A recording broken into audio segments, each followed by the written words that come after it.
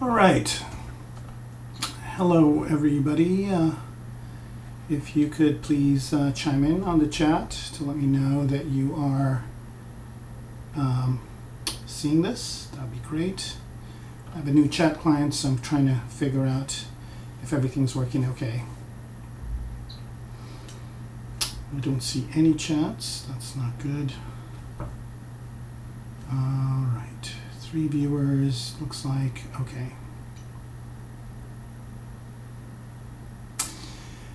Right, for the people that are watching, can you see everything okay? Can you see my ZBrush screen?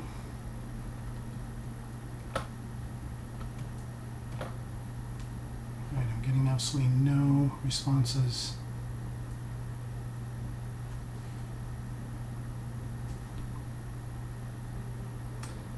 All right, I'm gonna just put this on hold for a second. I'll be right back.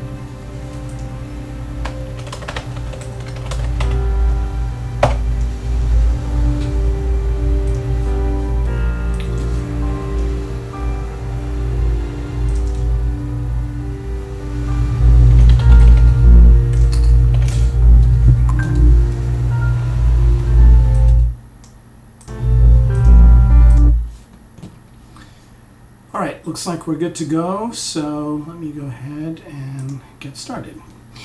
All right, so welcome back, everybody. In the time frame that since the last time, I guess, 2 weeks ago, since we did the streaming, I made a few additions here. Nothing really that you would probably want to watch, but I actually cleaned up a lot of the names. So here, let me turn on the magnifying glass here. And I can show you that every single thing now has a name, so it's always good hygiene to make sure that you go ahead and name everything correctly. I guess it's Shift M or Control M for the magnifying glass. It's going to be tricky. All right, here we go. Shift M. All right. So here we are. These are all the different names of everything. I separated everything out. In addition to that, I also did a little bit more work on the joints. So I have cylinders in 3 different configurations, and I guess I should turn transparency on. So I have all the vertical cylinders. So these are all cylinders in which the robot that we made is going to be rotating around these cylinders. I also noticed that I did change out the cylinders to be these cylinders and not the ones with the outline, because these ones I can kind of click on the center and rotate around that center. And in addition to all these vertical cylinders, I also have some horizontal cylinders. So these are all the horizontal cylinders. These have a mask on them, and here we go. So this is where the object is going to bend around along these different cylinders. And then I also have some ball joints that I've added. So there's a ball joint here for the neck, and then 2 here for the shoulders, and 2 for the hips.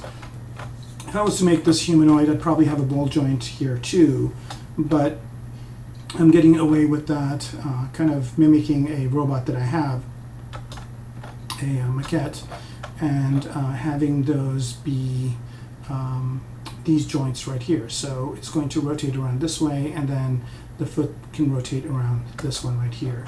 So we'll see how that goes. I might replace it later, but for now I think this will work. And furthermore, besides naming everything, what I did was I also created one object, that's the full body, right? So here I've got, let's put it in solo mode so you can see it. So I've got one object, that's the full body, so this is all the parts together, right? And then these are the inner parts, if you remember, and I'll just solo this out. So these are all the inner parts that we have. So there's the inside part, which is going to be soft parts, and I might cut this up later too, but for now I just have it as one piece, and I'll isolate that so you can see what I'm talking about. So it's just this inside part right here, which I can put in between areas, like for example here where the elbow is. I determined that that would be a good place for kind of a softer piece and not a hard surface piece. Okay, so once we have all of this, I went ahead and I guess I'll hide these two because we don't really need to see them. So here are all the pieces, and then we can work on each one of these pieces individually, and then these are just placeholders for where this will move. The next step, and again, renaming everything is really important. I always tell my students to do that. So here I just went in and just renamed everything one by one. It's a good practice to do, it's like hygiene, and it will make your life, and if you're working with other people, their life a lot easier. And renaming is just as simple as you just click on the thing you want to rename, click on rename over here, and call it something. So that's how it works. Okay, and once I did that, what I did is I duplicated that full body that I showed you earlier, and that is over here. Oh, one other hygiene thing that I did is, I don't know if you remember, but in the initial videos I had all of the different pieces listed here, all the different steps. So I basically took that out of my main model, so I didn't have to scroll up and down a lot. So notice I've got this pretty much on 2 pages or 2 scrolls down and up. And I took all the interim pieces and I put them all in one different tool, yes. So the way that's done is you just basically copy them. So use this copy here and you paste them into Polymesh 3D, and then you just put them all in here. So just for kind of a stroll through memory lane here are all the different steps we went through. So here's what we started with. We used this as the connector, and then we figured out the gesture, made it into an adaptive skin, and then started sculpting on each one of these pieces and started to develop it, zero meshed it, or dynameshed it to get this, and then dynameshed it again to get a different shape, and then these are all the different things we worked on. So instead of all of these being in with my main scene over here, I separated them out so they're still there if I need them, and also I could work on them individually. Now the other thing that I did was I went in here and I made a copy of the full body, and I'll tell you why in a minute. And it's mostly because I wanted to go ahead and make a rig where I can pose this model. So here I did make the rig, and this is it right here. I guess I could just copy this and paste it into a new subtool. So this is and I'll just do the same with one of these. So I'm going to copy this and paste it in here as well. And I don't need this guy right here. All right, so let me see if there's any questions. Looks great. To usually use both sphere and cylinders for joints. Okay, so that's a good question. The question is, do I choose both cylinders and spheres for joints? And the answer is yes, and the reason why is because cylinders usually rotate in a one dimension, right? So this is called a hinge joint. So look up hinge, H-I-N-G-E, hinge joint, and the hinge joint only bends, like a door, for example, has hinge joints. And so it opens and closes in one direction, so it revolves around this way. So every one of these pieces here, and let me bring the robot back so you can see it. Every one of these pieces will rotate this way. So this arm has a rotation that rotates this way. And then all the horizontal ones, this makes the arm rotate up and down. And the ball joints basically are free joints that rotate in whatever angle. Of course, there's limits, but I don't see those here. Now that said, when I built the rig, which was what I was just about to do, so here's the rig. This is a Z-sphere rig. Very similar to a process to what I did. But what I did here is I matched one of these Z-spheres to every single one of those cylinders, right? So Just to show you that as an example, what I did here is, let's say I pick these joints because there's a lot of them. I'm going to copy that and paste it into that scene I just created. And you can see here that there is a Z-sphere every single place one of these cylinders are. Now I can't limit my rotations in ZBrush, but this Z-sphere is really handy, and I'll show you why. Right, so let's delete this now that I brought it in. Any questions about this before I move on? Okay, all right, so let's go ahead and delete this one. And I'm also going to go ahead and delete this full body robot for now because I don't need it to be inside of this tool. And so here's the Z-sphere rig, okay? And making this is pretty simple. If you're interested in how to do this, you should watch the first video in the series. So this is the third one, third stream. And of course the other ones are on YouTube, so you can just go to the, and Twitch also, I think. So you can just go to ZBrush Live and go to my page, and then you can watch the first video. Now what's really nice about this is that it basically is it's a Z-sphere rig that I can move around, but I'm going to do one other thing here, which is going into rigging. So after building the Z-sphere rig, and notice here I have it in its own tool, I'm going to go to rigging, and I'm going to go ahead and select a mesh, and I'm going to select that mesh, which is the full body. So notice that there's no subtools here, it's just that full body. I'm going to select that. And now that is selected, and notice it kind of fits over this. And then next thing I'm going to do is I'm going to bind this mesh. So now I've bound this mesh to that rig. And now I want to go into rotate mode, so make sure you're in rotate mode, otherwise if you're in scale or move, you're going to basically mess up your geometry, which I don't want to do. I just want to rotate things. So I'm just going to go to rotate, and then I can start posing this thing. So let me make sure symmetry is on here. Let me load my custom UI, okay, and then symmetry is off, and I'll turn it on for now, but we'll turn it off later. And now notice as I rotate the Z-spheres, the robot parts rotate with it as well. And notice that in this situation, this whole thing is are ball joints. So all the Z-spheres are ball joints. I can't limit the rotation of them. The reason why I put those cylinders there is because later on I'm going to be putting in parts to kind of indicate what those cylinders are. And again, I'm assuming that the tech we have here is that all of those cylinders would have joints over here that are motorized. So every single one of these joints that I showed you, the cylinders, is a motor, and that's how all the motors get activated from a CPU or some control unit that's in the chest. Again, I don't really need to have a bigger head here. I need a small one because it's just going to maybe have some cameras on it and some optics to view stuff, but I can put cameras all over the body, just like a car nowadays. And so I just will have to kind of make sure that I'm not doing some crazy rotations. All right, so now that I have this, I can start doing some poses, right? So the first thing we assumed was that, well, this thing could be a quadruped, or could be bipedal like this, or it could be quadrupedal, right? So once I have this, I'm just going to duplicate a few copies of it, so I can put each one into a pose. And here, 1, 2, 3, 4, 5. I think 5 is good. We'll do more of these later. And the other thing I'm going to do here is turn off perspective. Okay, so now let's go ahead and see what this would look like if it was a quadruped. Okay, so the first thing I'm going to do is, oops, I should turn all the other ones off. So we're just looking at one of these, and then I'm going to do this, right? And maybe push the hips back a bit like this.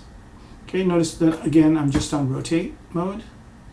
Okay, so there, kind of maybe like that. And then maybe move this body down a bit. So again, this is something that this robot would be doing, going from one mode to the other. So if it needs to run really fast, maybe it runs in quadruped mode. Maybe lift up this leg, bend this down like so, all right, and then maybe bend the foot up. And again, this is all basically going based on the cylinders that I had. And then move the arms down as well. And just like an animal here, what I'm going to do is lower down that spine quite a bit to kind of get that arch that an animal's anatomy usually has. So that's good. And then these shoulders, you know, if an animal, I don't know if you noticed, but quadrupeds usually have their scapulas kind of on the side. So I'm going to simulate that, and that's kind of why I had the shoulders the way I had it, to kind of go downwards like this. And maybe bring this down further. And here we go. So this is what his positioning would be, or his configuration would be, if he was in quadruped mode. Okay. So, and I don't know why I'm saying he, it's it, I guess. So, there we go. So now I kind of have a little bit of an idea of what this would look like as a quadruped. So this is a good kind of bind pose for me to start, for it to be in this mode. And then let's do some poses. So here I've got this. I'll just duplicate it. So now I've got a bind pose. And then let's see. Let's pick a interesting running action for him. So I'm just gonna, on my browser, look up cheetah running,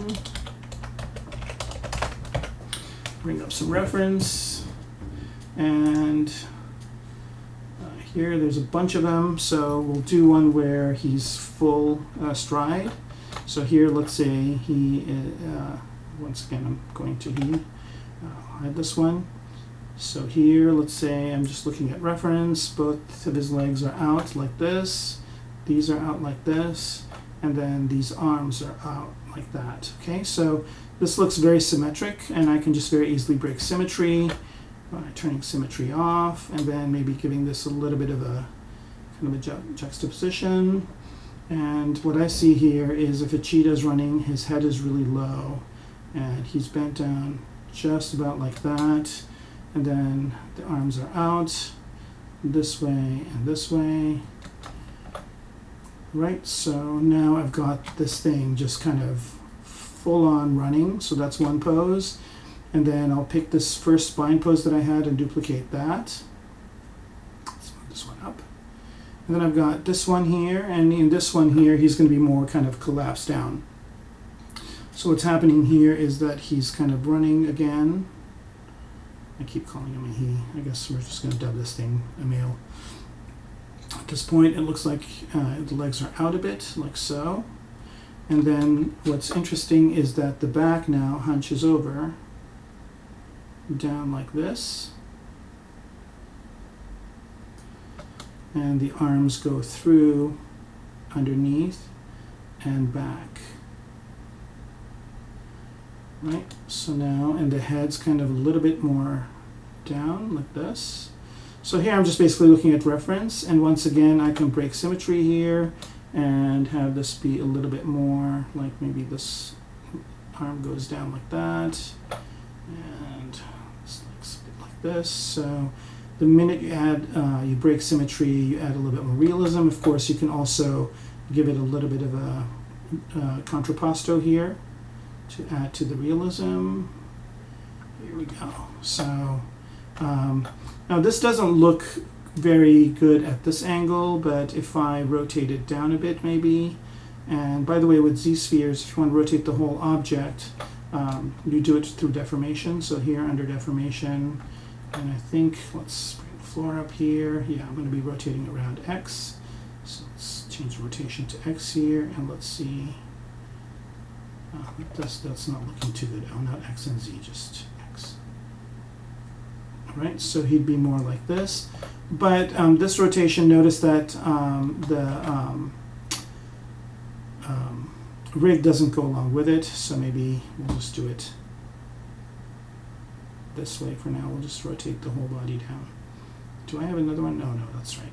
I have the symmetry on, right? So here, he's kind of, this is kind of the angle that he's coming at. Okay, so here I've got another pose. And notice that I've got all of the parts now in that pose. So I can make one pose like this. I could make another one like the one I had before, like that. And then just go back and forth between the two. And let me just put it on solo mode. And if I go up and down, right?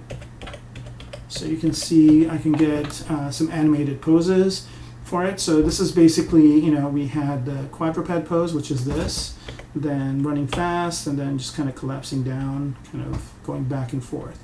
Interestingly enough, the spine goes from this angle to this angle when cheetahs running. Okay, so I'll pick another pose here for him, and here I'm just going to bring up some references that I made for this assignment or for this project, and this is PureRef. I don't know if you've used it, but I've just gone on the web and looked for different images that I find interesting. And here, for example, you can see that some of these look more interesting than others because they're in some sort of a pose, like this one. Looks like he is in a pose carrying a heavy gun. Let's see. I should arrange these. Let me do that real quick. Images, arrange, optimal. Okay, here we go. So now I can just go and see, for example, this pose here is kind of a boring pose because he's not really doing anything. Same here. But let's see. This one's an interesting one, right? So if I wanted to do this pose or this pose over here, and let's try and do those two with this one that I have here. So I'll just switch, get out of solo mode here. I don't know where the rig went. Oh, that's why I have the eye off. Okay, turn this one off. So looks like I've got the rig, but I don't have the bound. Let's make sure it's there. Yep, it's bound and it's selected. Why am I not seeing it?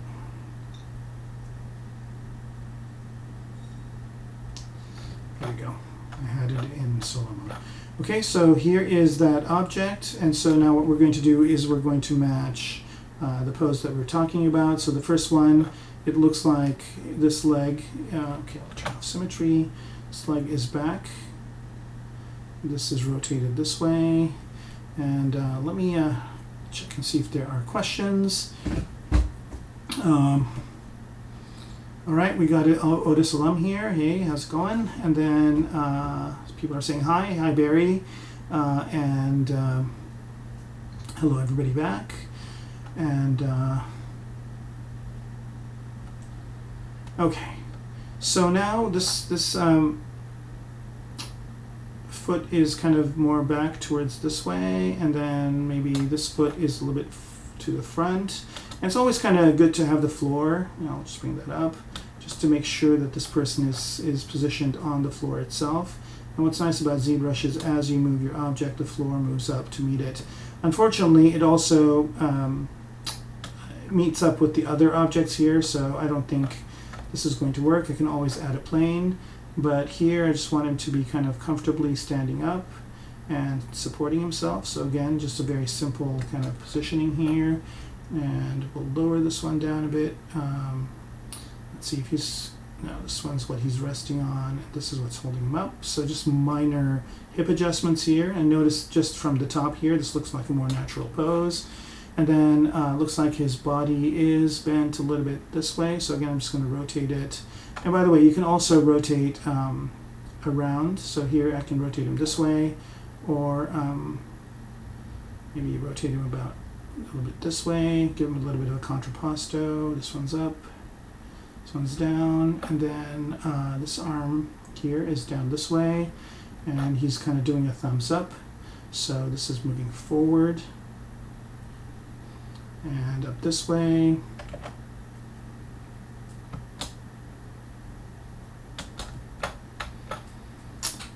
And maybe not so far up with the elbow, so bring this back, and then his forearm is up, and he's kind of doing a thumbs up. We'll just have a paw up, I guess. And then the other hand has a syringe in it, so similarly, this is up, and it's way further up. Always a good thing that ZBrush is saving in the background, so we'll wait for that.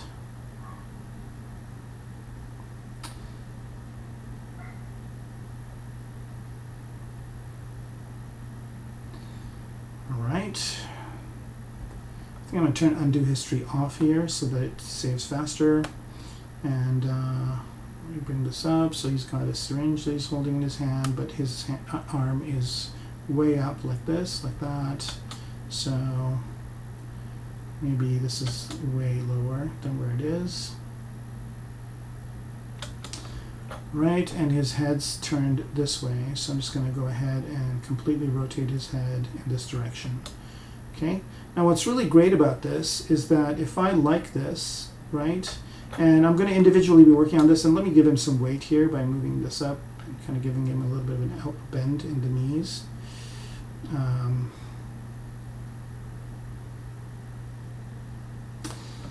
Okay, so there.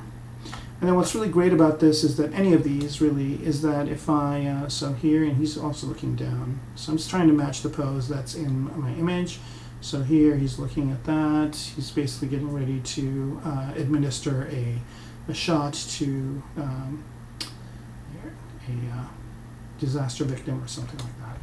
Okay, so it's always good to kind of adjust these, make them look as good as possible. And notice here I can turn transparency off as well, but I still see the model as being transparent. But if I want this exact pose and I want all the pieces to be there, I can just very easily go in here into adaptive skin, and let's go ahead and click on preview. I'm going to make sure dynamic resolution is 0. So here, so now I've got that my mech in that pose. Okay, so here again, if I go to this one, let's hide this one. So here's that, and if I click preview on again and under adaptive skin, then I can see that kind of running pose that I had earlier.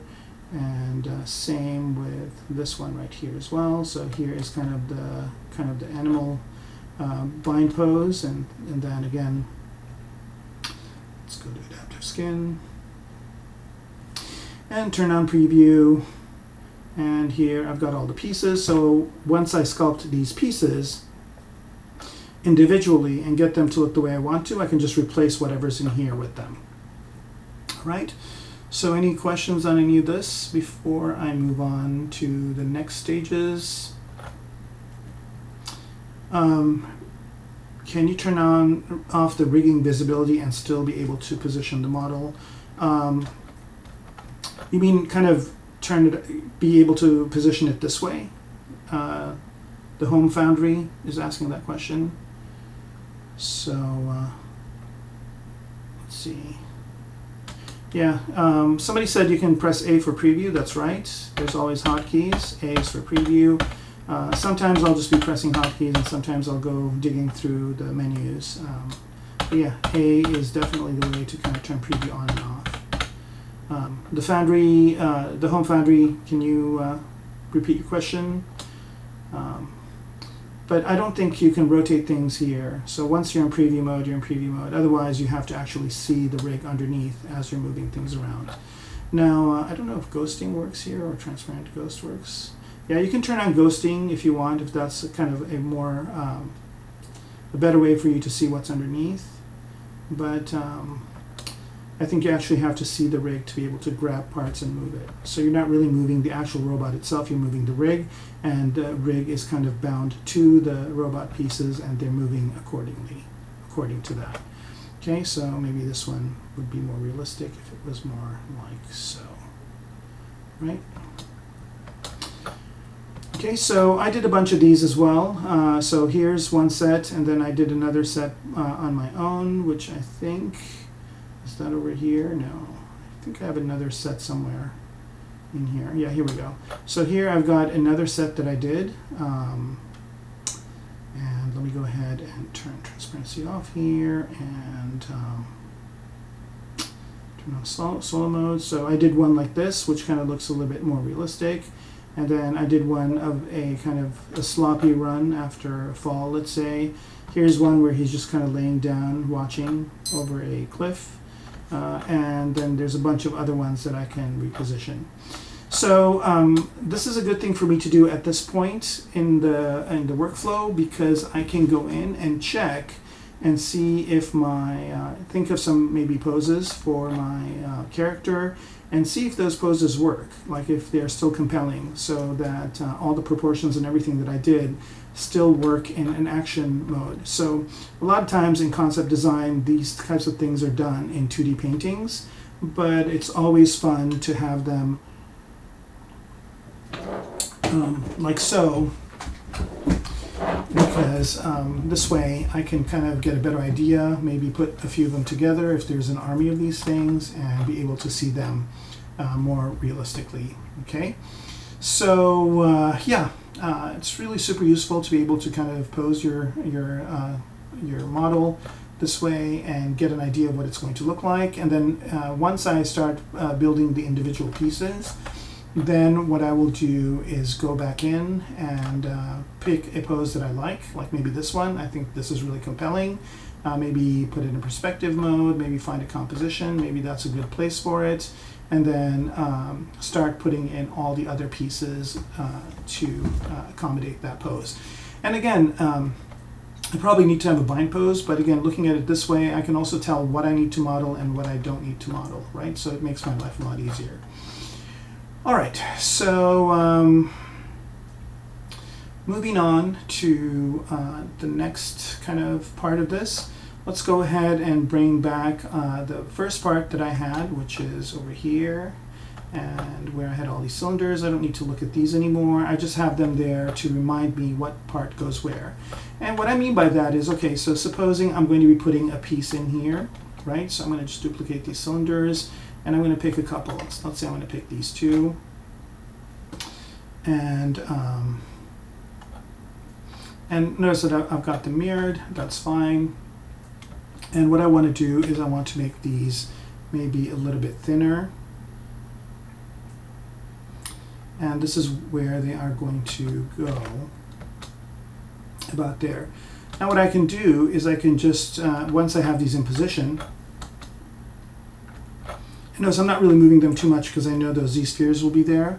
Once I have them in position and where I want them to be, I'll go and bring in parts. Like here, this is a good kit bash kit that I have, which is Vitaly's kit bash kit. And these are Ultraborg parts, and here's this piece, or let's go ahead and take a look and see if there's other ones.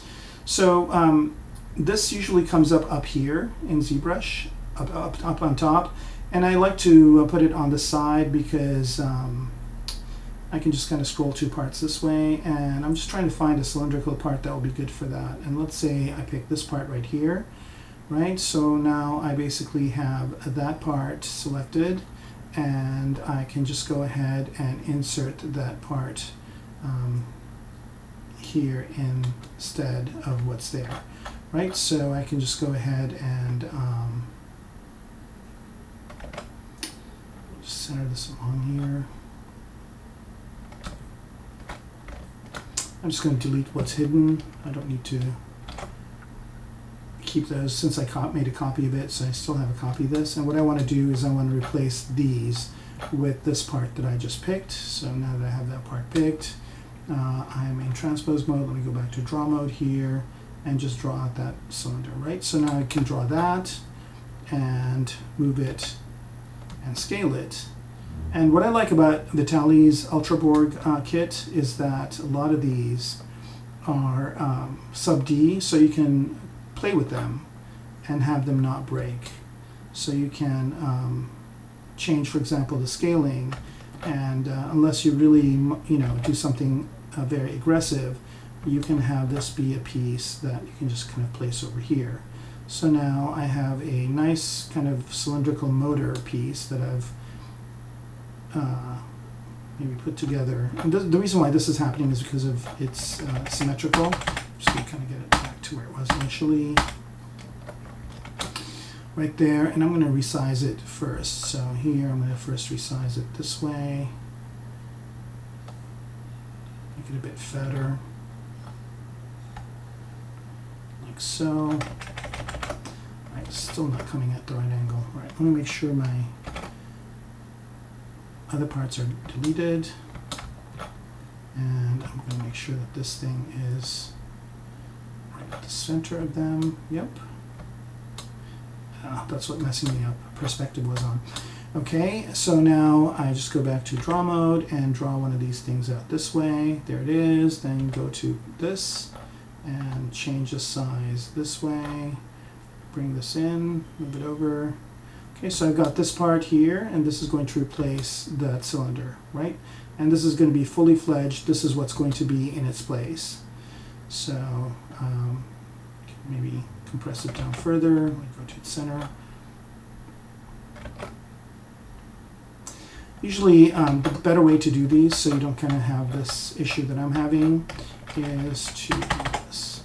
So if you want to just, the reason why I'm getting it mixed up is because of the symmetry. So I'm just going to go ahead and do this on this side. Turn symmetry off. And I'm just going to work on it on this side. So let's delete hidden. Should we get the other way around? Okay, get rid of the other part. So now I just have these two. And sometimes it's even better just to work with one. So I'm just going to choose this top one for now and delete the hidden one as well. Okay, and then now that I just have one piece, I can actually replace it. So I can just go ahead and I think under geometry there's an option that says mesh from brush under modified topology. And where is it? Mesh from brush. Oh, it should be in draw mode. And mesh from brush, so now that basically places that there. Let's go to the middle and let's go ahead and make this exactly the way we want it to be. Let's say we want it to be like that, maybe like that, and maybe a little bit longer but smaller. Like about that size. Okay, so now I can just place that where that cylinder was, and maybe it goes in like that, and then duplicate it, it's a bit smaller. Okay, maybe a bit bigger like this. And maybe I want these parts over here, these ones. So I'm going to turn local symmetry on for it. And what I want to do is I want to go ahead and mask these parts right here. Turn local symmetry on. Yep, so I just want to mask all these parts. And then make this part bigger. Maybe like that.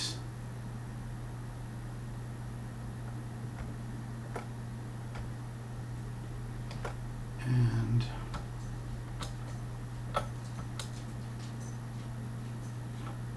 this is all right. So I don't want to go that way. What I want to do is here we go. That's what I want to do. Okay, so now I've got a completely different part than what was there before. But it is the kind of the motor that I wanted for this elbow, so I can just kind of position that there, and then I can also duplicate that and have another copy and have that be back here. And now that I like these two, I can just mirror and weld them to the other side. So mirror and weld X, oops, turn local symmetry off. And mirror and weld X, and now I have them on both sides. So later on I'll just be populating and replacing those cylinders with parts that are from a kit bash kit or ones that I build myself, so it all depends on how things are going. We'll maybe get to some of that today, but most probably next time. Another thing we're also going to do at some point, maybe even start that today, is start building our own kit bash parts. All right. So if you're just joining us, we basically are working on the model that we've been working on for 2 weeks. The first thing that we did is we made a rig and attached all these parts to it. And that was a very quick process. And then we made some poses for our rig. Here it's in kind of a quadruped mode, and here it is in more of a bipedal mode. And so we basically have all these different, let's turn preview off here. And then once we finish doing that, now what we're doing is we're going in and starting to build up our model. And then once we have all the parts made, then we can pick a pose that we like and then just move all the parts to where it needs to go. Okay, so I think that answered it okay. And then just looking at the questions here. How do that, Sebastian? I don't know what you mean by that. How do you do that, and what specifically? I'm sorry. Maybe you asked a question at a specific point in time. I wasn't paying attention. Put the parts on the right. Oh, okay. So were you asking how I got the parts from one side to this side? Is that what you meant? Like, how did I duplicate this on the other side? Was that your question, Sebastian? Sebastian Artisan Duran on Facebook. Okay, well, I'll just wait for you. Maybe this is, oh, you know what? There's probably time delay, so you're probably just hearing this. Okay, so when you do hear it, just ping me, and I'll kind of keep an eye on the forum. Okay, so that's basically how you place parts here. So I'm just going to delete these because I'm not going to use them for now. Alright, so now that I've got all these different parts, let's go ahead and start working on them. And I don't know if you remember, but last time we worked on that chess piece and we kind of came up with this level of detail. Oh, the kit bash. How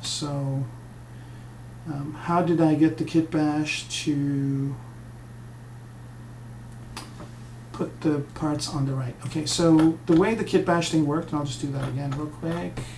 So what I did is I just, I'll just append a polymesh here. So the first thing I do is I'm just going to append a polymesh, just an object, just a standard object, because I don't need this guy on. I don't know why he's selected. Right, so I just have this star, right? And what I want to do is I want to change that star into being a one of the kit bash parts, right? So let's say this time I want it to be this one. Okay. Oh, how do I put the kit bash parts over here? Is that what your question is, Sebastian? Okay. All right, so good question. So the way I do that is I go to Preferences, and I think it's under Custom UI. No, it's not in Custom UI. It's under Interface, maybe. And then ZModeler, maybe. No. Where is it? It's somewhere in here. Maybe it's under UI. Yeah, it's somewhere in here where I basically chose that these come out on the side and not on the top. Okay, so let me see here if I can find where it is. I want to say it's under. Let's see if there's a entry here for.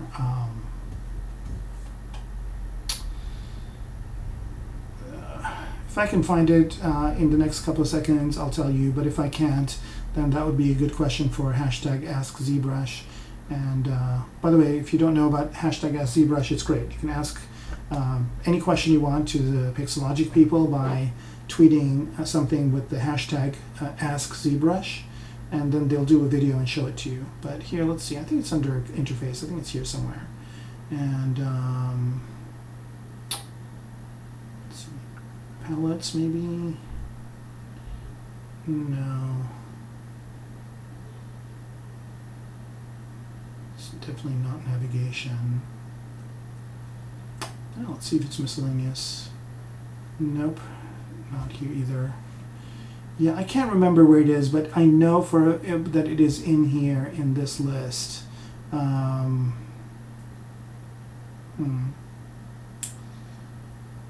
geometry, no. Is there one for IMM?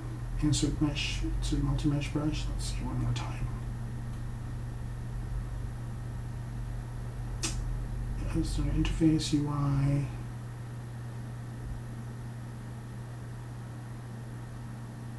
IMM Viewer, here it is. IMM Viewer, placement 2. Okay, so you see these numbers? So as you move these, so 1 is up top, 2 is on the left, 3 is on the bottom, and 4 is on the left. I'm sorry. So 2, the place I have it was number 2. Okay, so does that answer your question? So it was under Preferences, Interface, IMM Viewer, and then it's just this number here. You can just kind of choose a slider. It has 4 options, and I had option 2.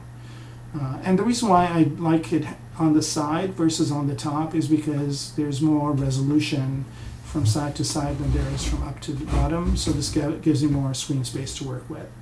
Okay. And by the way, my UI here, I can always hit Tab to kind of make my UI bigger to go back and forth, so I do that all the time as well. Okay, Sebastian, so did that answer your question? I hope that did. And I guess this other thing that I was going to talk about was how to bring a piece in and mirror it to the other side, but that seems to be answered, so we won't do that.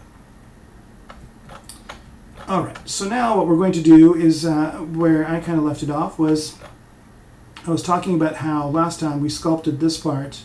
Right, so it's doing a quick save here. It's not going to take as long because I don't have undos. Yep, here we go. 6 seconds. Wow, that's awesome. Okay, so here what we're going to do is we're going to develop. So here's one piece that is developed over here. So I'm just going to hide that chess piece. That's over here. And I don't know why I keep going to this guy. So this is the part we were working on, right? So we did that last time. So in episode 2, I guess, we created this piece. I guess I'll turn polyframe off here.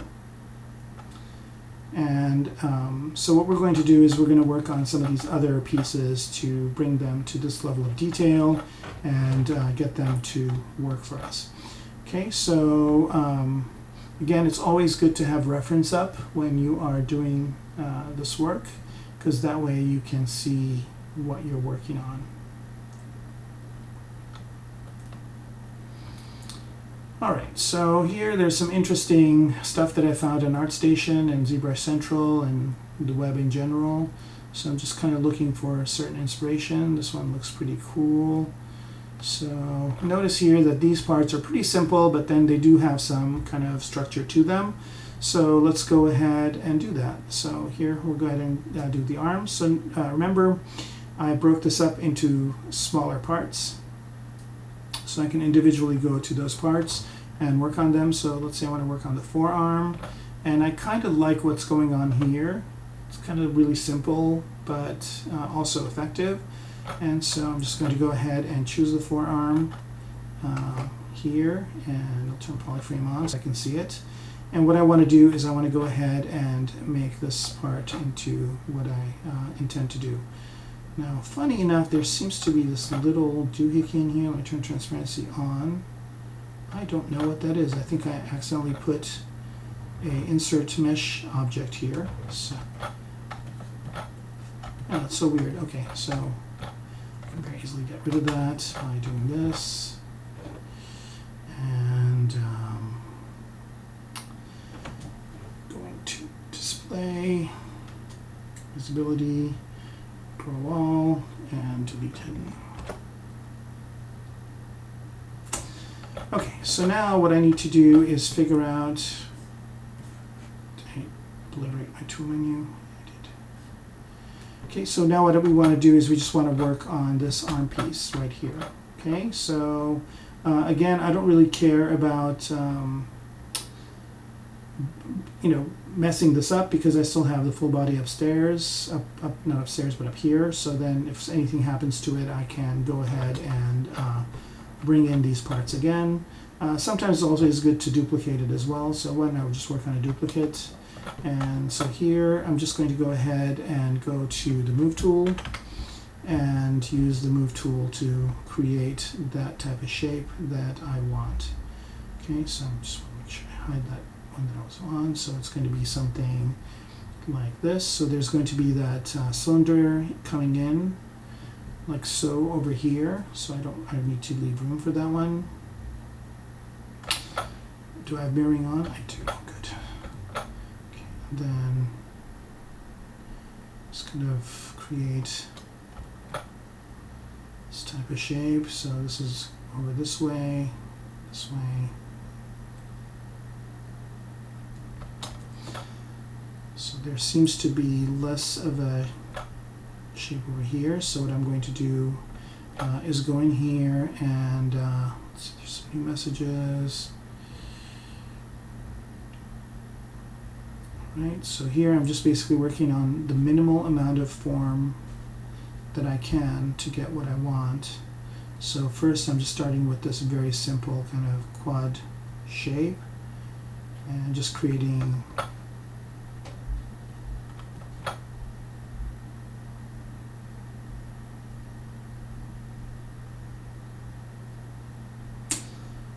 the basic shape of what that arm is going to look like. So maybe like that, and then this part is going to go in.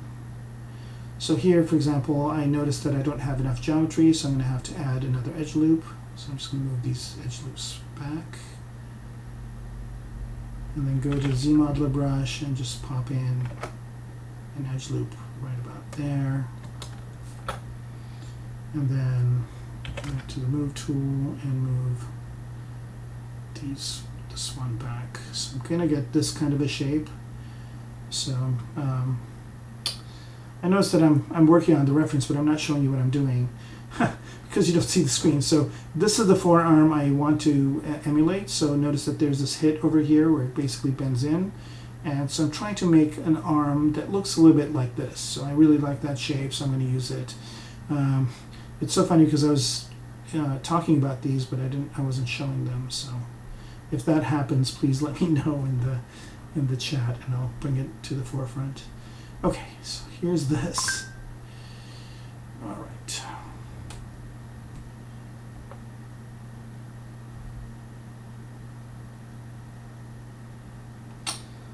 So this is moving in. Maybe this is coming in at an angle like this. And let's see. All right, so now I'm kind of getting a little bit more of the forearm shape that I want. Okay, and there's going to be another cylinder or another motor that comes in here and attaches it to the hand. So notice here that I'm working with very little geometry. I don't really need to have it in detail. And at any point in time, if I kind of wonder what this is going to look like as a mechanical piece, I can always press D and go to sub D mode, and that kind of gives me more of a softer look. But what's really nice here is that I can always go into my dynamic subdivision and start doing the Q grid, where it basically takes that kind of hard shape and gives me more of this softer looking thing if I turn polyframe off.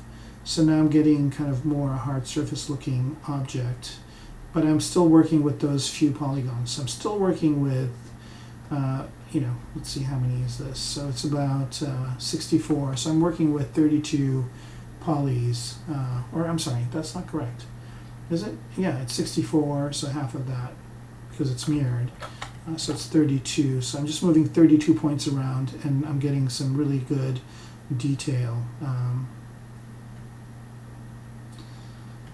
Right, so I can either work this way, or I can turn dynamic subdivision off and just continue to work this way. Either way, you can get some really compelling. Actually, that looked pretty good with dynamic subdiv on, so I'm going to turn that back on. And the hotkey for that is D.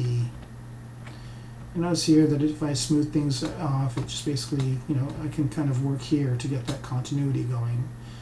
And I kind of like that little bit of an angle here, so I'm going to accentuate that, maybe continue it down.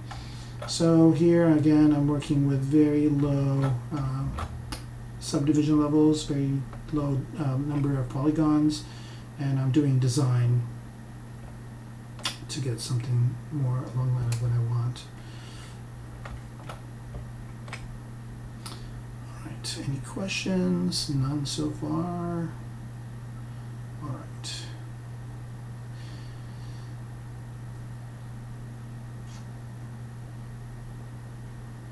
Right, and at any point in time I can solo this out, so I can see, here, for example, I don't want this to bend out this way, so I can kind of fix that.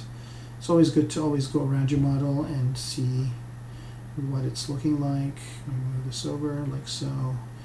Hide the floor too. Okay, so this is looking okay so far. I'm liking the gesture. Maybe move this in a bit. Same on the bottom. And so I like this as the forearm piece. And now I have to determine whether I want this to be one piece or multiple pieces.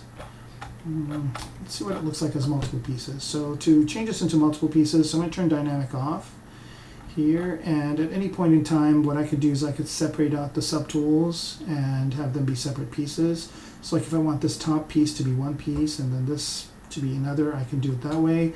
Or I can also go to dynamic subdiv and subdivide this and maybe draw some cut lines on it. So I haven't decided what I want to do yet, but I kind of am liking the shape. So let me bring back the rest of the body and see that if I still like it, I do. The only thing I would like to do is make this a bit longer. So here I'm going to use a little bit of a trick where I go back to the transpose line. I think I have to hold control down. It's down here somewhere. Oops. I did not want to do that. Well, I kind of did, I guess. So this is the Gizmo 3D. I'm going to turn Gizmo 3D off and go back to the transpose line, which was the way we used to move things around in ZBrush before.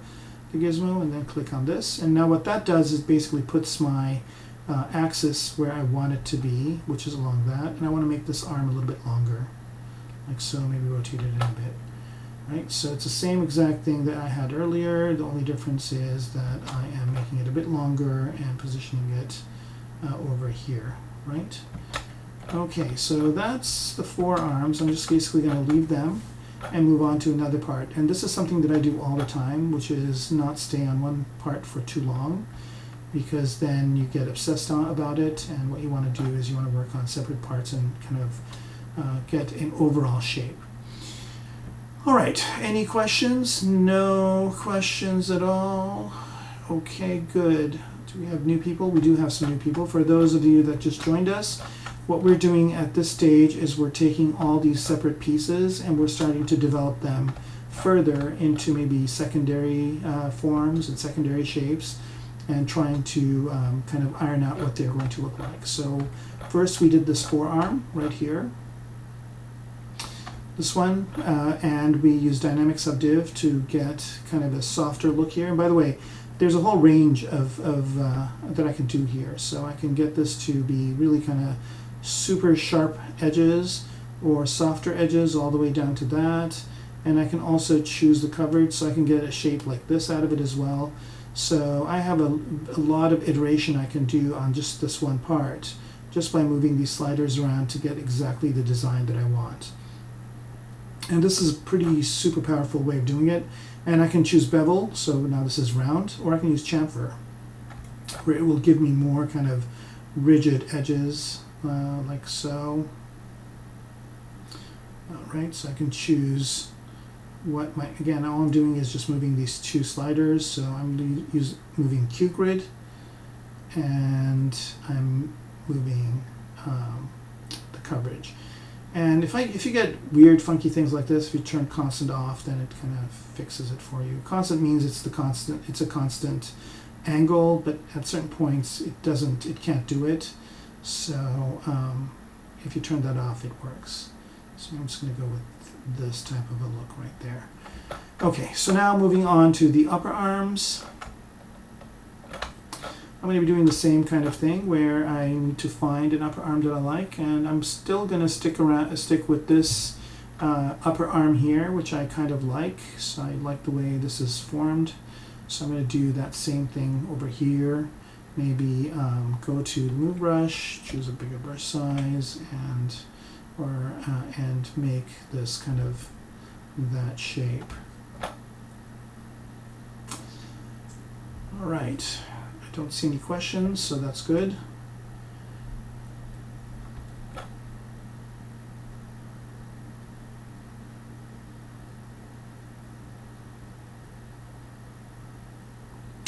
If this is the first one of the videos you're watching, I highly recommend you go and watch the first 2, because what I'm doing will make a lot more sense.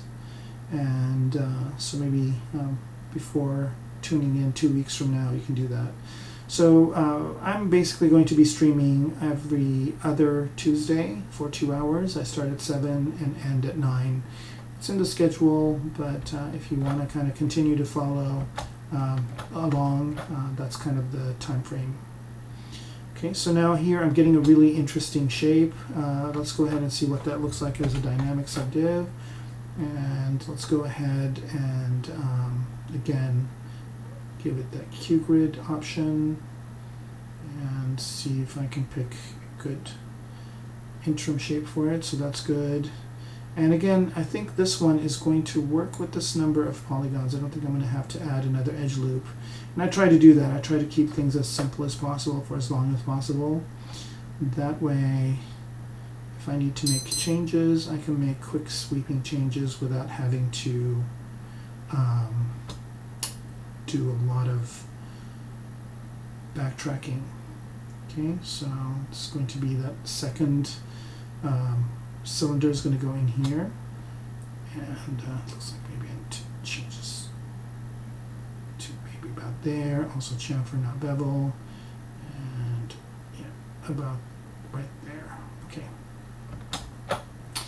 Right, so this is starting to look a little bit more like I want. Maybe move this over like so. And kind of interested to see how this is looking jutting out. Okay, so one of the things you always want to do is go from big to small. So here, this part I want to be smaller, and this one to be a bit thicker, like so. And we'll do the same thing here in the back.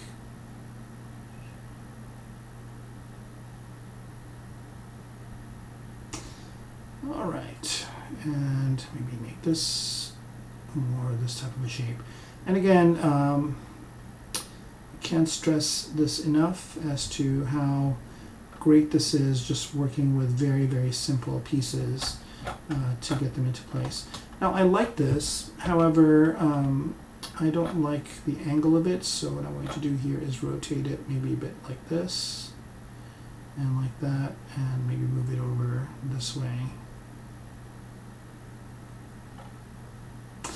Good news is I always have that full body to bring up, so I'm going to do that right now just to make sure that this is about the same place that the other one is. Again, it doesn't have to be that precise, but about the same place. Alright, so that's good. Maybe a bit further out, like so. Okay. Alright, so I think this piece looks good so far. And see what it looks like from the side. I'm going to add another edge loop this way. So again, I'm in Z modeler mode, and I'm adding another edge loop here. And snapping out of Z modeler mode. Can everybody hear me okay? I think I'm still on Z modeler. Am I too loud? Is the volume okay? Let me see here. Yeah, seems like it is. Okay. So, yeah, I kind of want to create more of this type of a shape up here. Bring this down, bring this down. Okay, somebody's telling me that the volume is good. Thank you very much. Kokvakin. I hope I'm pronouncing that correctly.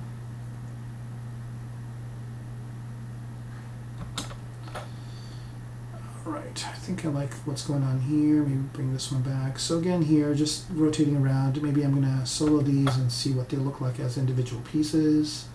They look okay. Alright, and another thing you also want to do is kind of make sure you've got these polygons kind of dividing evenly.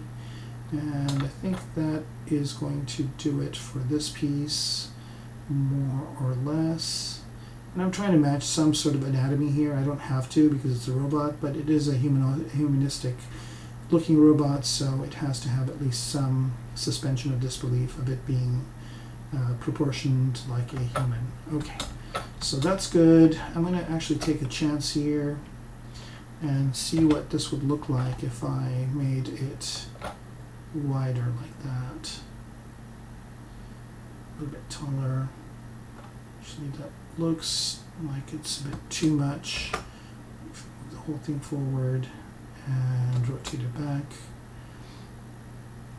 So here, notice that, with concept design, you can do a lot of iterations on a shape and figure out something that works well for you.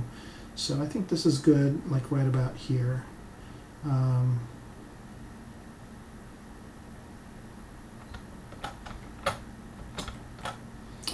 Right.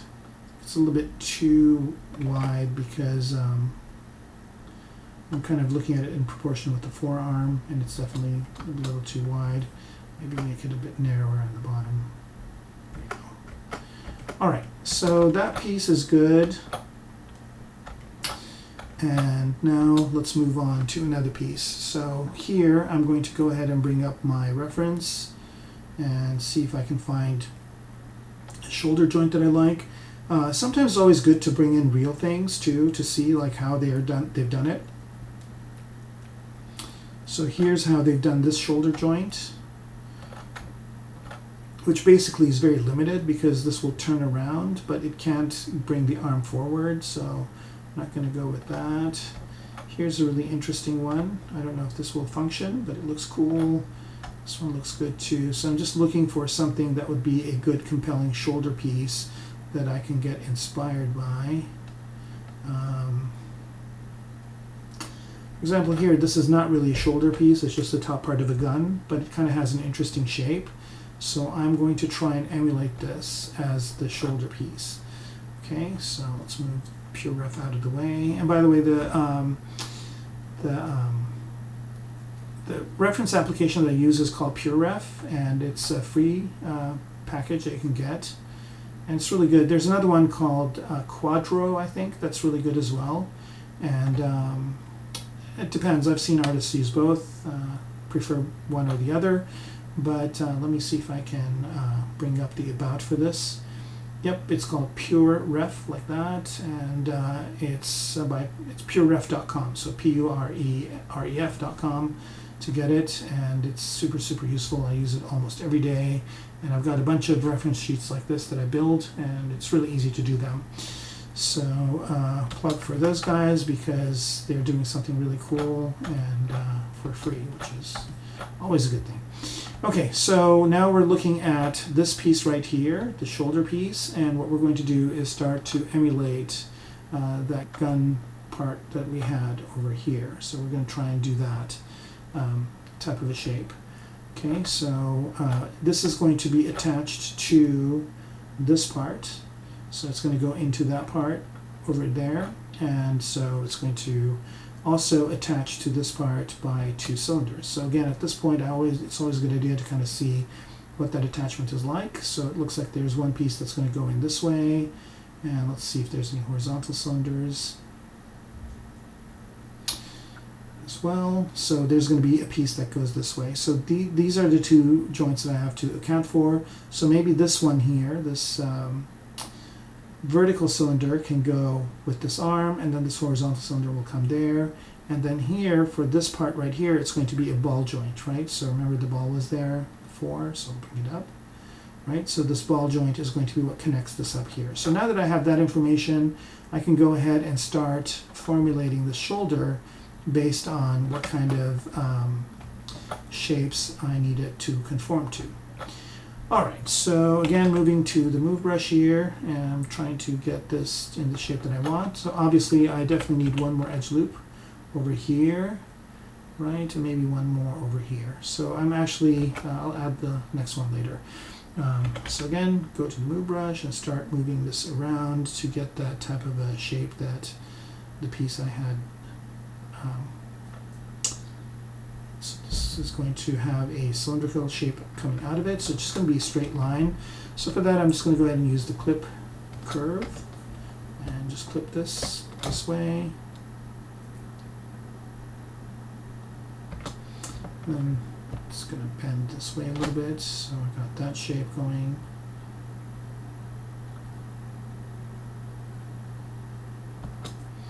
And then on the bottom, this is actually more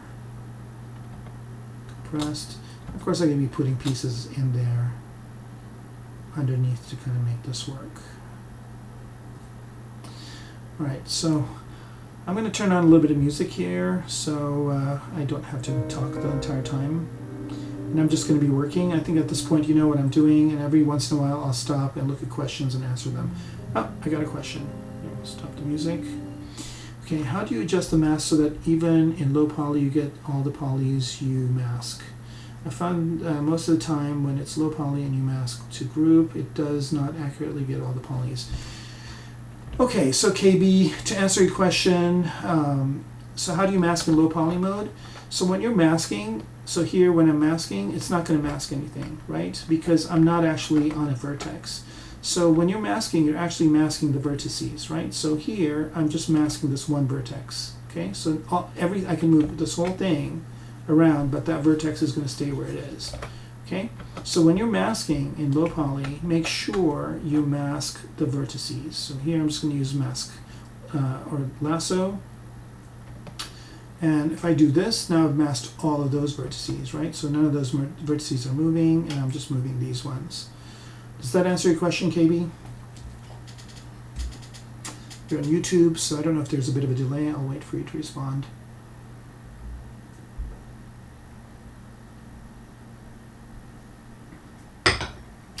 Yep, so, yeah, all right. Somebody has a happy face, great. Okay, so now I'm just masking, or no, I'm not masking, I'm just basically modeling, again, this thing in low poly, trying to get a shape close to that gun shape that I chose earlier. Okay, so again, I'm just basically working with very, very low poly objects, trying to get that general shape that I want. And once I have that shape, then I'm a happy camper. I can go ahead and start doing, I mean, I can do it now too. You can always press D, go in here and get more of that chamfer and see what that would look like this. Right, so this is going to be the shoulder piece again, so there's going to be quite a bit of moving around for this, so I'm going to accommodate for it. And this part right here is what's going to attach to a ball joint, so I'll probably be bringing in some sort of ball joint IMM part to use there, or I'll make one myself. I haven't determined what I'm going to do yet. We're probably going to do that next week. I don't know if I'm going to have time this week. So if this week we can just kind of do most of these parts in what I'm doing here, I think that would be a good achievement. And by the way, I spend a lot of time doing this part right here again, because if this works, then once I start adding detail, then the detail will look better. Right, so let's bring the rest of the mech, see what that's looking like. It's looking okay. Move this over a bit.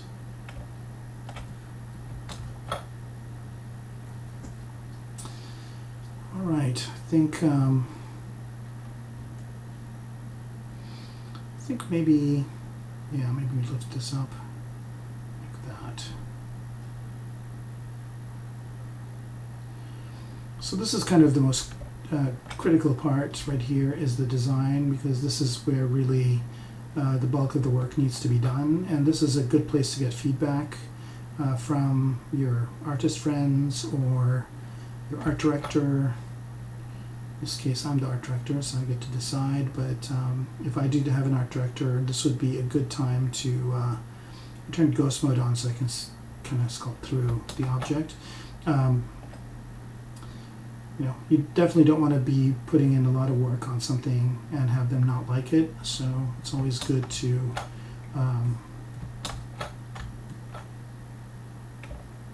get a lot of these general shapes ironed out, and then you can start adding what you need. So there's going to be some stuff that's going to go underneath here. That's why I'm just kind of making this more like a shell of sorts. And then I want to expand this part out.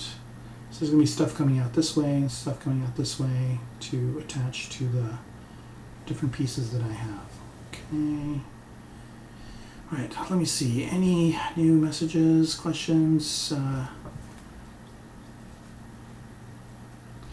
Okay, so KB thinks his ZBrush is buggy. I don't see why it would be buggy. I think it's the same thing. Try it out. Just start with like a really simple object, KB, and try and mask it, and it'll make sense. So just mask the vertices. Like so here, I'm just masking this row of vertices, and then I can move these parts. I can move these parts, but this stays put.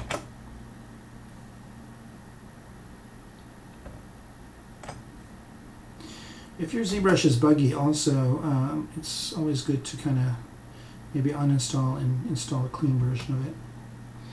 But I don't think that should be an issue.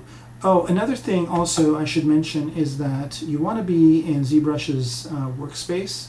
So if you're having an issue with your model and things are not moving right, you can always go to deformation and unify your object, just to make sure what size it fits in. So if you go to geometry here and you go to size, it tells you the size here. So anything between 1, so if this is 1 or 2 is good. So I'm at 0.8, I'm actually good.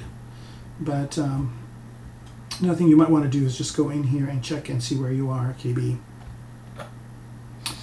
and see if that's the issue. All right. This is not looking a lot like what I want, because I need one more edge loop, so I'll go ahead and add that right over here. Okay, and I'm just going to mask all of this.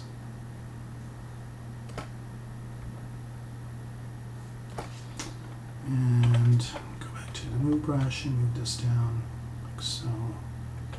Kind of want to get that angle over here, like that.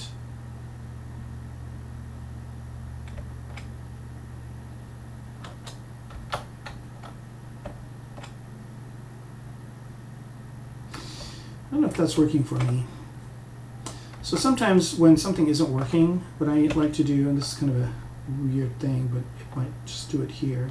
Instead of going and changing the shape, what I do is I take the whole shape, and let me center this gizmo where I want it to be, and I rotate the whole shape. Let's see if this works better. Yeah, it does. It works exactly like I wanted it to. Okay, so I'm just going to go with this type of shape instead. I learned this trick from Ridley Scott when he did Blade Runner, the first one, in Tyrell's office, you know, where the owl was where they did the famous interview. The columns were upside down and they didn't look very sci-fi, so he just told them to flip them upside down and then they looked sci-fi and it worked. I think I saw that in the making of the DVD or the Blu-ray. So sometimes you just have to turn things around to make them work better. Okay, and then I'm kind of thinking, again, it needs to go from big to small, so maybe this shape. I don't know if I want to keep the spine straight, maybe not. Maybe do this with it.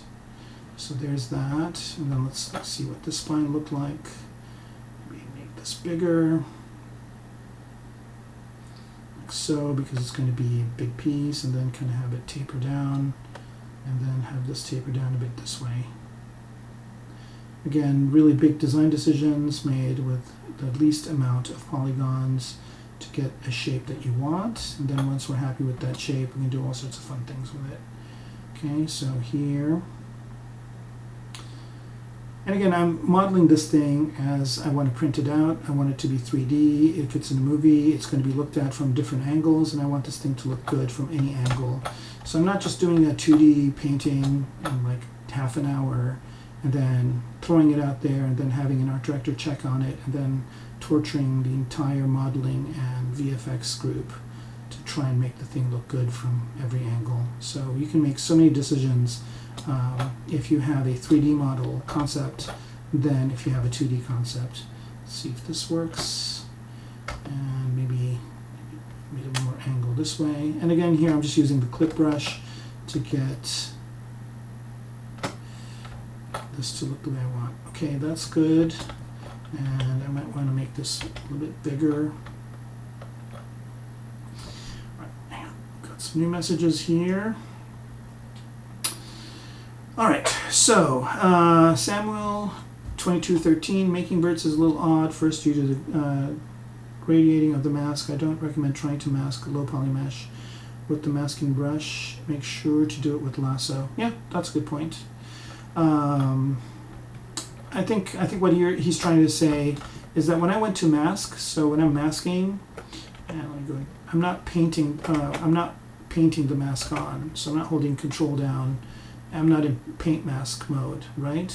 So I'm not using mask pen. Okay, so I'm not like masking this way, right? What I'm doing is I'm masking with the lasso. So that way, what I have is when I select, if I mask it, it masks it without any level. So it's a hard mask, so nothing's going to move here, right? So yeah, that's a good point, Samuel. Thanks for chiming in. KB Jones Pure Ref, brilliant stuff. Yep, it is. It really is. So much better than preview. It is. Yep. All right. Samuel is laughing. Okay. All right. So we're good here. And let me see here if I want to do this. Whoa. Go the other way around. Yeah, that made it look a bit more interesting. Maybe not so much. Okay, I think my shoulder piece is done. I'm happy with it. I'm just going to keep it and move on to, yeah, if this is going to support this entire arm, it needs to be a little bit bigger. So I'm just going to make it a little bit chunkier.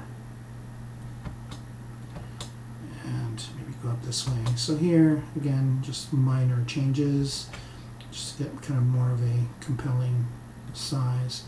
Okay, so that looks a little bit better.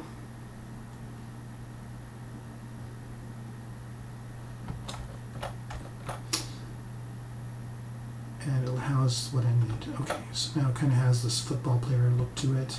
All right, so let's bring that initial all pieces together model and see how far off we are. Not by much, we're still doing good. Okay, all right, so let's move on to the next piece here, and I'm going to move on to, let's say I'm going to move on to this part of the legs. So the legs, I've not separated them out. They're all in one piece. I guess we'll do the legs next time. Let's just do the arms. Let's do the upper body. The hands I'm not really going to care about because what I'm going to do is bring in hands later. We can do a quick save on this. Take a sip of tea and see, I think there's some new questions. All right. Okay. All right, so moving on to, let's see, how about we do, so the legs kind of go all the way up to this part. Let's do some of the upper parts. Okay, so maybe let's do the neck. All right, so the neck's in 3 pieces, and that's fine. Here I'm just basically working on 3 different pieces, and I can separate them out if I need to. So let's bring the whole thing up. All right, so I'm just going to go into my references here and see if I can find a good neck piece to use or get inspired by. This looks good. It's falling apart resolution-wise. He's always got interesting things going on. By the way, this model right here, this is what I'm based on my entire mech on, and this is an actual toy that I have. Right, let's see here. Just trying to find an interesting neck to go by. That one doesn't really have a neck. This one's kind of fused into, I'm just looking for something that has more of a, here we go. This will do it right here. So I kind of like the way this is. So I'm going to try and go for something similar to that.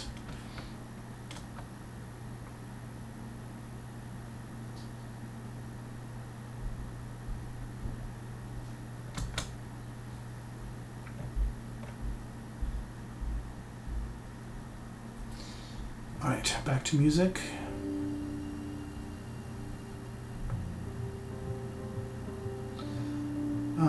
Okay, so got a couple questions.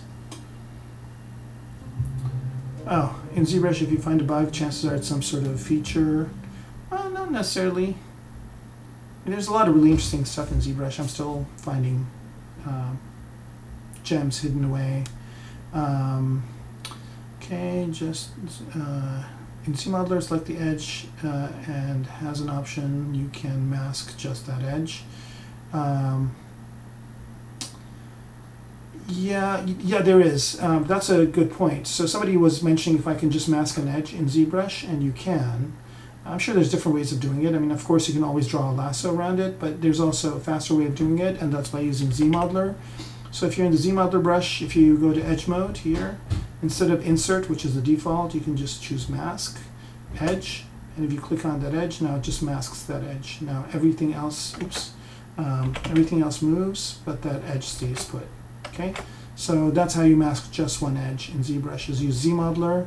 So in ZModeler, you just point to that edge, hit spacebar, and choose mask instead of insert. Insert is the default, mask is what you want, and then you can choose a single edge or, you know, a whole bunch of different options. Okay, and right, same with selecting the polys, the mask. Also, I just now noticed your face cam. Okay. It's so tiny hidden behind the Pixel logo. Oh, there's a Pixologic logo there? I didn't know that. I can move it to the top. I'll do that for next time. Thanks for letting me know, Samuel. Okay, and somebody said something in Russian, so I have no idea. Maybe I'll load that into Google Translate, see what you're saying. All right, somebody is sending a link. Look at it later. All right, so I'm going to turn the music on and start working here. If you have questions, just ask them. I'll stop in a little while and answer them for you.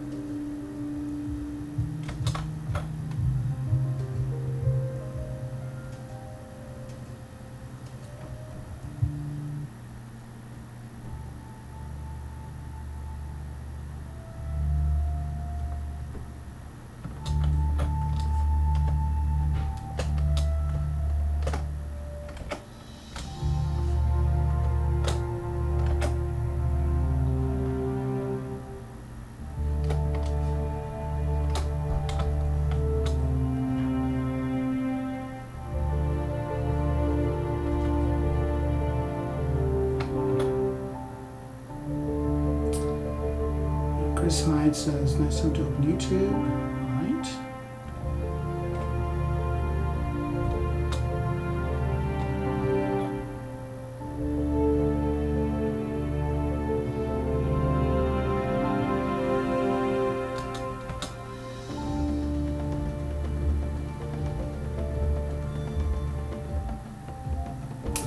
So here are just the secondary forms. It would be easier if I broke this out into separate pieces, but it's not too bad.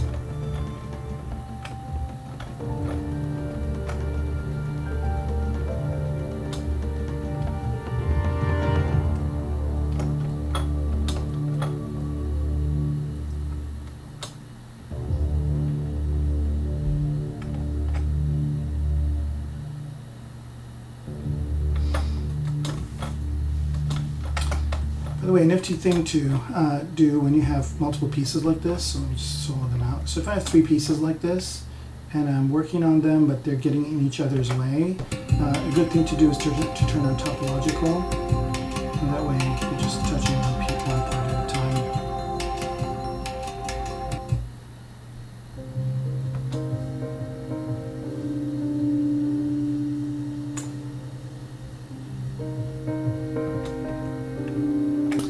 Thanks. Yeah, it's just I'm using kind of a streaming app music.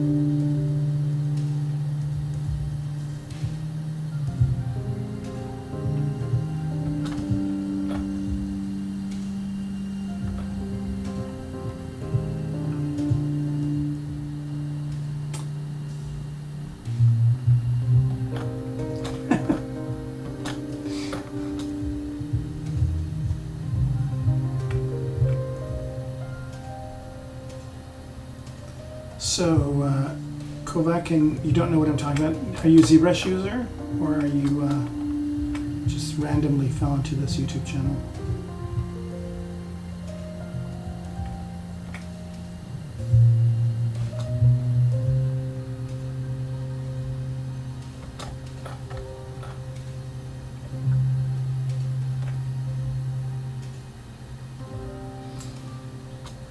By the way, if you have questions about ZBrush and why I'm doing things the way I do them and how long I've been using it and why I think it's good and all that, I covered all that I think in the first one of these that I did. So if you go back and watch that one, I think you can kind of get an idea.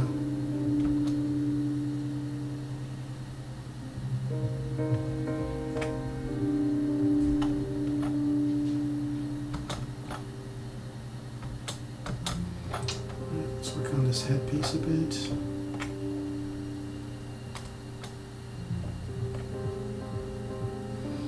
And this is really a very, very simple shape.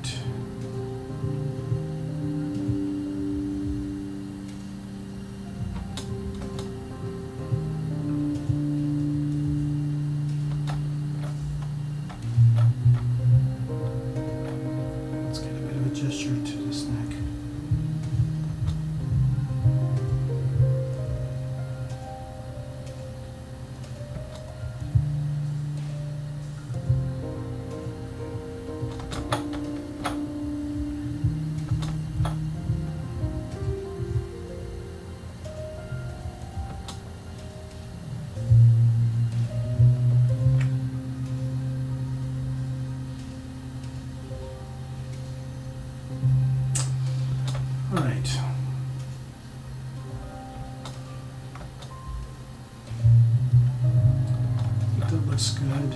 Let's move on to another piece.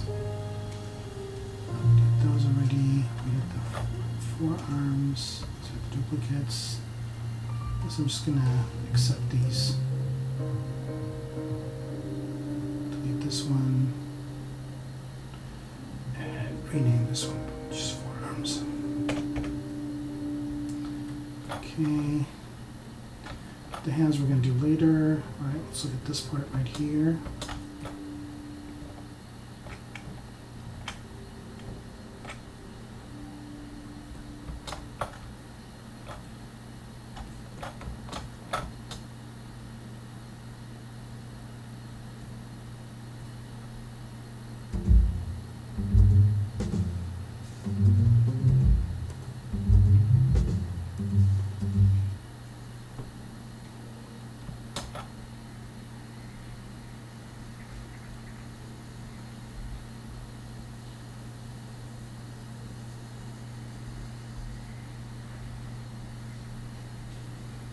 Again, I might develop these or I might just replace them with other parts later, but for now I'm just kind of trying to get some sort of secondary form going. I think this looks good.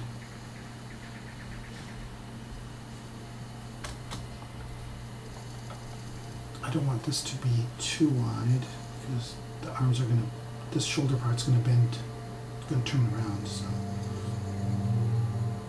maybe I'll accommodate for it this way.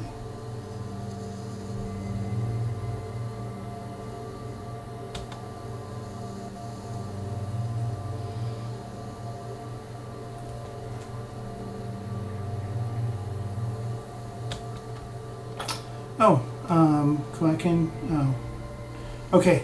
The Russian translation is you don't know what I'm talking about. Okay, thank you.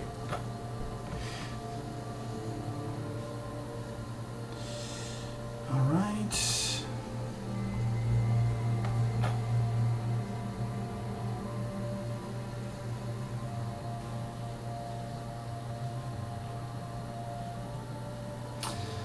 Okay, so there's that piece. That's looking okay. It's giving me this look in the silhouette. What happened to these guys here? They were okay.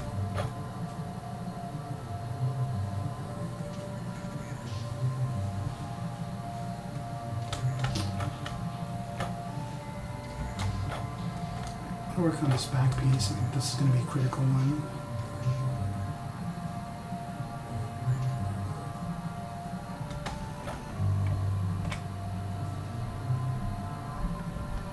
Yeah, Kvakin. Yeah, ZModeler is amazing. It really is.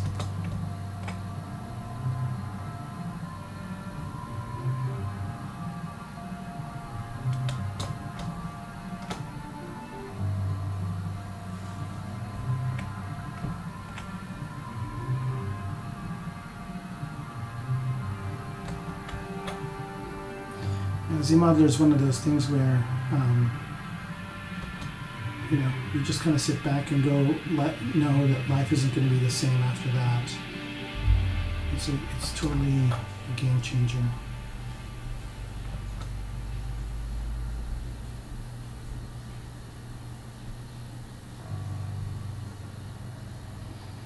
I'm going to have this kind of be up here, like that. And then maybe have some electronic parts in the middle there. Okay.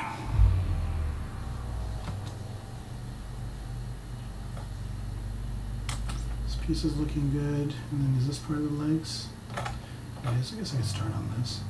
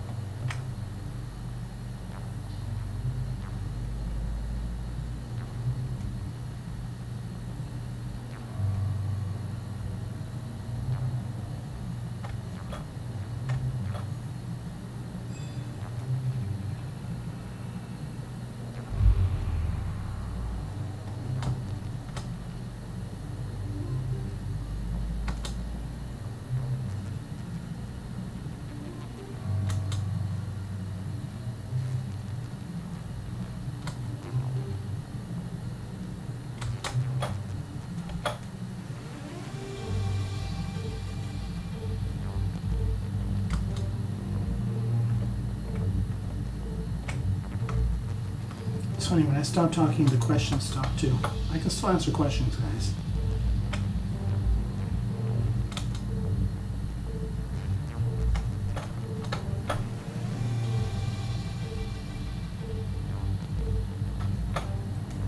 Let's see what this looks like.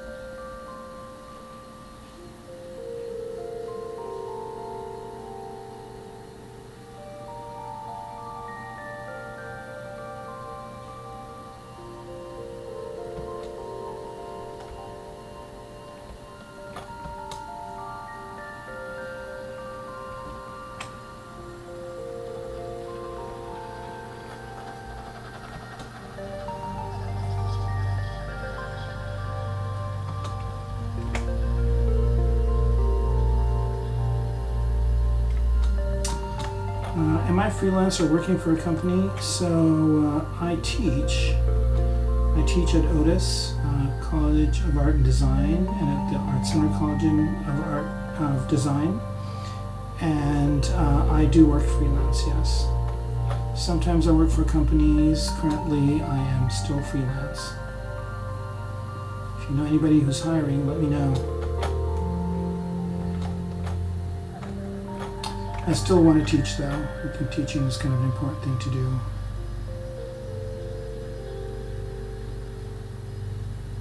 So whatever company I work for has to be okay with me being able to continue to teach.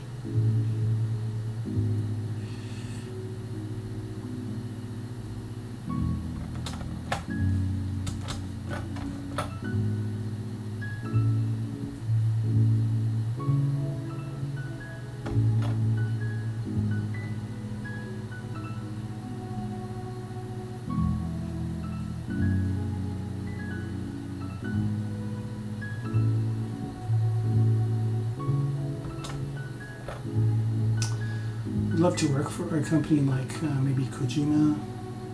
I love their designs. Design mechs for them. Respawn, I think, would be another company that'd be interesting. They have good Titanfall models.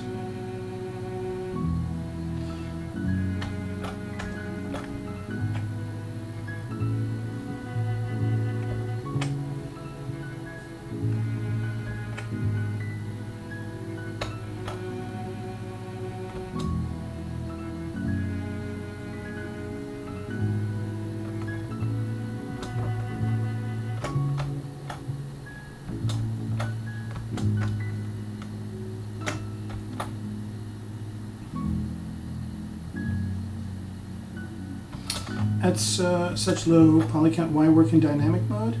Well, it kind of gives me a little bit of a softer edge. So if I'm working on it this way, it kind of, you know, things kind of get messed up. But when I turn dynamic subdivision on, I can see, for example, here I'm going to have trouble because this is not planar, so I can easily adjust that plane. Does that make sense? It just looks a little bit more like the finished product, but I'm still working on with a very few polygons.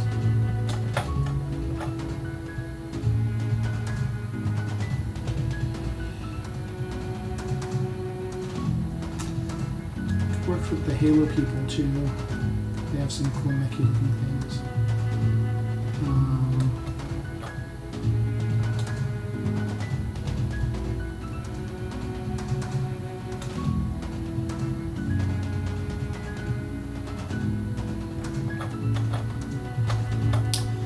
Right, so call that done. Let's get this piece right here.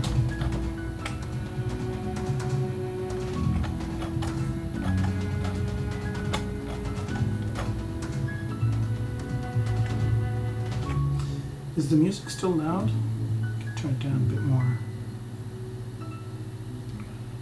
Okay. Josh, did that answer your question as to why I still use dynamic subdiv?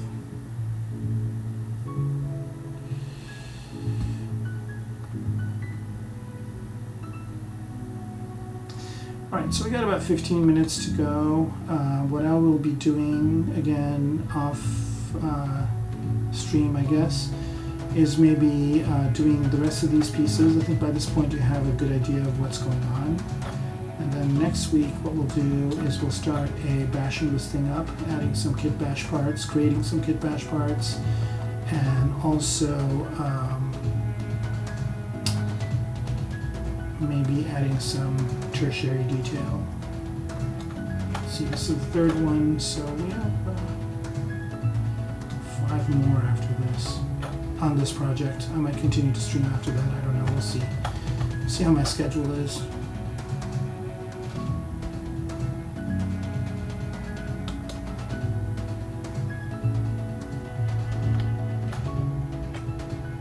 I think I could use another edge loop over here.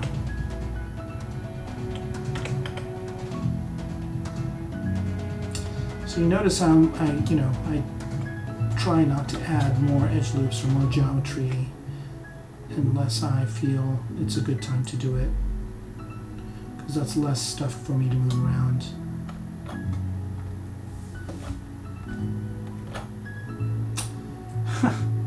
Hey Kyle.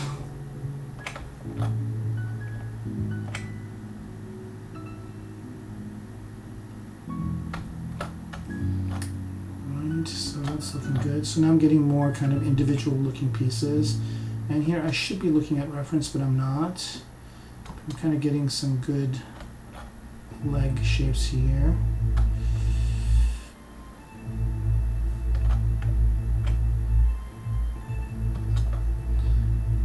This one over this way.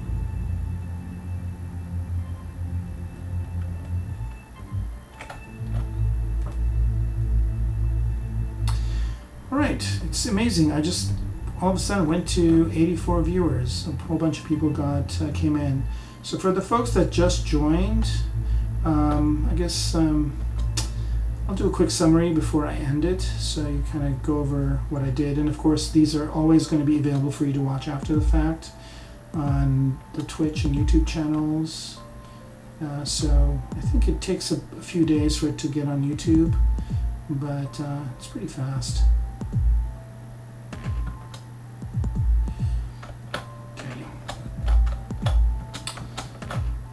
This part over here I'm kind of not liking too much. I might replace that with something else next time. I don't know yet. I'm really liking the shape of these hips. Those are really working for me.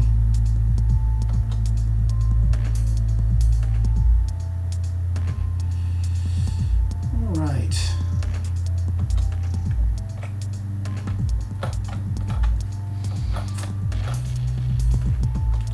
Looking like a soccer player. Football if you're from Europe.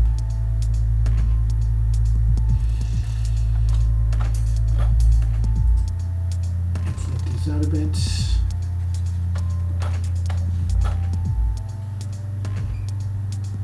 I'm really going to need some more geometry here for these feet.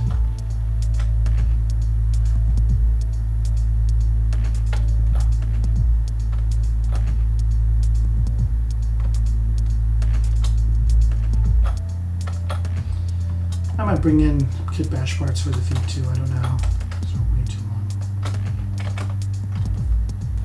Oops.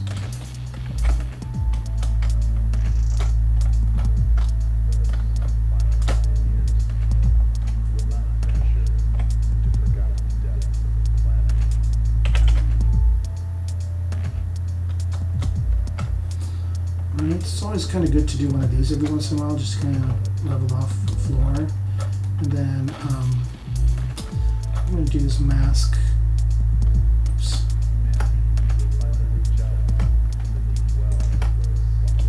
I'll make these feet a little bit wider. They're too oops. This is masked. Here we go. Here we go. Here we go. All right. There, that's a little better.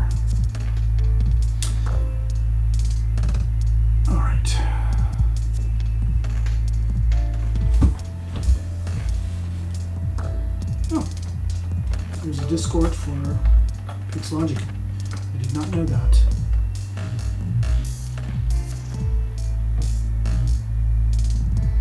What kind of stuff happens on the Discord channel, Kyle? Maybe you can tell me.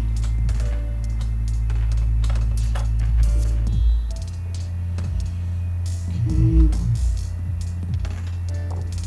So again, remember that there's going to be a lot of different parts here in between.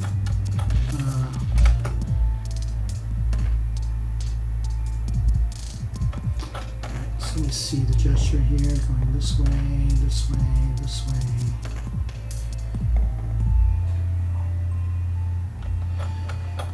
Alright, so at this point what I'll do is I'll go ahead and turn transparency off.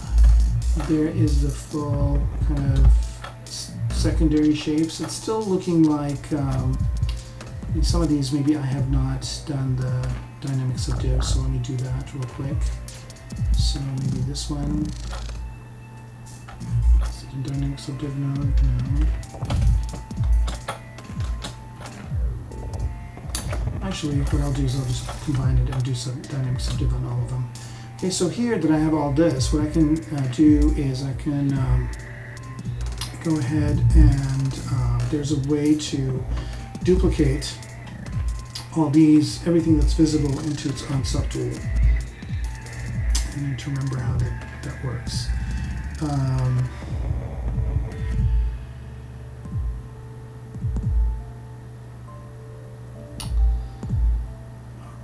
let's see here. Is it up here? Yep. So now we're not going to do that. I'm going to make Varnish the copy tool now. It's getting late in the day, so I'm kind of losing my concentration. So what I'm trying to do is I'm trying to create a one mesh that has all these pieces together to see what it would look like, but I can always, of course, BPR it. Okay, so this is what it's looking like. Alright, that's good. Okay, so now that I've got this going here, got about 10 minutes, so what I'll do for the next 10 minutes is just kind of do a quick summary of all the different things we did for the 84 people who joined. After a while, so I'll turn music off here. So again, we started off with renaming everything. So I didn't rename everything on the stream, but I just went ahead and did that offline from last week. So that was the first thing I did, and then what I also did was I separated out all the different pieces into their own subtools. So I have all the legs in one. I was going to break that out, but I seem to be working okay with it the way it is. And then I also separated out all the other pieces. I took out all the construction pieces into its own tool. So here's a tool that has all of our construction pieces that we worked on, which is also creating an interesting shape. And then the next after that, what I did was I took a combined version of the model, which was this, and then I rigged it using Z-sphere rigging, and I saw that how it would work as a quadruped. And so here it is as a quadruped, and at any point in time, again, we can preview this as a mesh. So this is what it would look like as a quadruped, and then we tried out some poses as a quadruped here. So we tried out maybe like when it's in full run mode, or when it's in compressed run mode, right? So we can go back and forth between the two. So here we have a very kind of quick animation of what this thing would look like as it's running. And we also did a bipedal pose here that looked like this. So we just are happy with kind of how the rig is working with the joints that we've created. And then once we kind of feel comfortable with this part of it, right? So we feel that it is going to work in multiple poses. So if this thing is in a movie or a game and it needs to move around, that it would be doing so well. And then after doing that part, we just went back and started to work on the individual pieces and getting them to have more defined forms and secondary shapes. And then after that, next time we'll start breaking it up into different pieces. Each one of these, maybe keeping them the way they are, maybe they're established pieces, and then starting to put in the pieces in between. Again, there's always this other piece that fits in the middle. So these are kind of more the soft robotic parts that are inside that are probably covered by some sort of rubber material, or I think this thing's masked. So this is covered by maybe some sort of a rubbery material or some sort of cloth, and this goes underneath here and makes kind of the muscle parts, I guess, of the mech. And then so we'll be working on this a little bit next time. And also we'll start working on some kit bash parts that we can bring in. Like I mentioned again earlier, there are a lot of kit bash parts that I already have. And so sometimes I use what's there, and there's some really great ones. I just bought this one with hydraulics from ArtStation the other day. So here, for example, if I want to place in a hydraulic part, let's say for the neck, I can just go ahead and do so like that. And again, this basically saves me a lot of time. Sometimes I make these myself, and sometimes I just use existing kit bash parts, and some can be modified. Like this one, I can't really easily modify it because it's not a sub D model, but I can kind of maybe pick a scale for it. And if this looks good, like let's say over here, I'll just place it over here. And then if I want another set, let's say to go over here, I'll do that. So next week we're going to be doing a little bit more of this. We're going to be making these parts, and also we're going to be using ones that we already have. So here, I'll just kind of place these pieces over here, and we're kind of going to do some mock construction of this mech, of this robot, and figuring out what things would look like, and then we'll pick maybe one or two poses that we like, and then maybe render them in KeyShot and do some colorways as we get more towards the end of the project. Okay, so this is basically going to be what we're going to be working on next week, is these softer parts in here, and also building these kit bash parts and then using them. So yeah, this is a good one. There's always, RoboGuts is a good one from Vitaly's kit. So here, for example, I like this part. I can use that maybe over here for the shoulders. And sometimes I modify these so they don't look like the original part, and sometimes I don't. Sometimes I just leave them as is. But I think of all the kit bash parts out there, I think this one's my favorite. I've gotten so much mileage out of these parts. They're really, really well done. And so when I make kit bash parts, I try to emulate this type of look and this kind of sub D way of doing these parts. Okay, so I'm just going to do all all that, and we'll continue where we picked off or dropped off this time. So let me make sure I look at all the different questions you have here, if there's some last ones to answer. Okay, Vitali's new mech alphas are really cool.